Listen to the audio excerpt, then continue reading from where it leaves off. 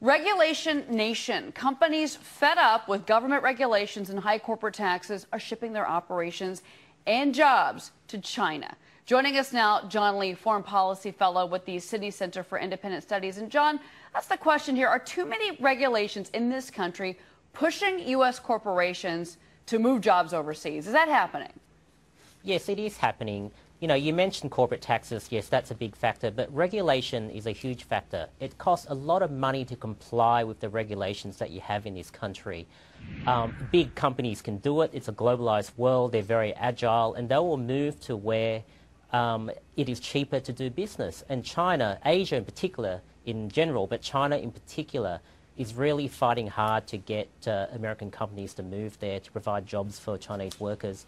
And they're doing very well, and unfortunately, America's not doing so well. Well, let me give you some examples that we found of American companies either doing major investments overseas or simply moving jobs, opening up plants overseas. And I want to start with General Electric. Perfect example with GE. GE decided that they were going to move overseas. Their X-ray business moved overseas. Pfizer, another one, their antibacterial research unit, that moved overseas. PepsiCo just made a $2.5 billion investment in China. Eli Lilly, again, some research facilities being moved overseas. Is that trend, do you think, John, going to continue moving forward?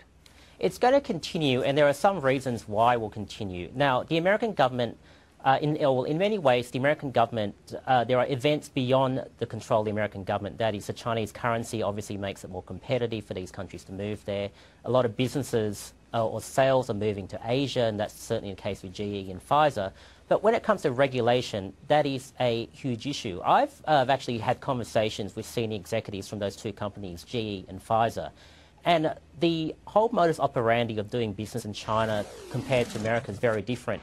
In America, it's very much about these are the rules that you have to comply with. Either you comply with them or you can't operate in this country. In China, officials will sit down with you, officials with authority will sit down with you as a company executive and ask you what you need to set up the plant or whatever it is in the Chinese market. And they will do their best to accommodate. Now, that just shows me that China is hungrier for international companies than America is, and that's a huge problem when it comes to jobs. And Lizzie, look at the debt to ratio for GDP between, if you look at China's and you look at the United States. Yeah. I mean, there's a big disparity. There was a big, and the favor goes to the Chinese. That is an important point. Well, it's an important point. And then Dragonomics said, well, wait a second, China's debt to GDP is still pretty big. But their regulations, though, are looser. So some are criticizing China as like the People's Republic of Enron because companies do face laxer rules and regulations over there. But I think companies are relocating there to be closer to their customers as well. Steve, even a company like Harley-Davidson, now they're building hogs in India. It's not China, it's India. But even Harley-Davidson said, "Wait a minute, we're going to build overseas." Well, this is a trend I've been watching since the 1970s, really, because you know, it's just cheaper to do business overseas. You don't have to pay people as much. You don't have the environmental rules. But at the same time, hey, in America, I live in America. I want to have some environmental rules. I want my air and water to be protected somewhat.